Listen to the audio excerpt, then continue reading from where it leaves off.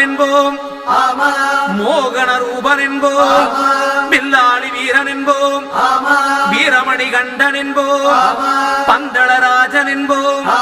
பம்பாவாசன் என்போம், கலியுக வரதன் என்போம்,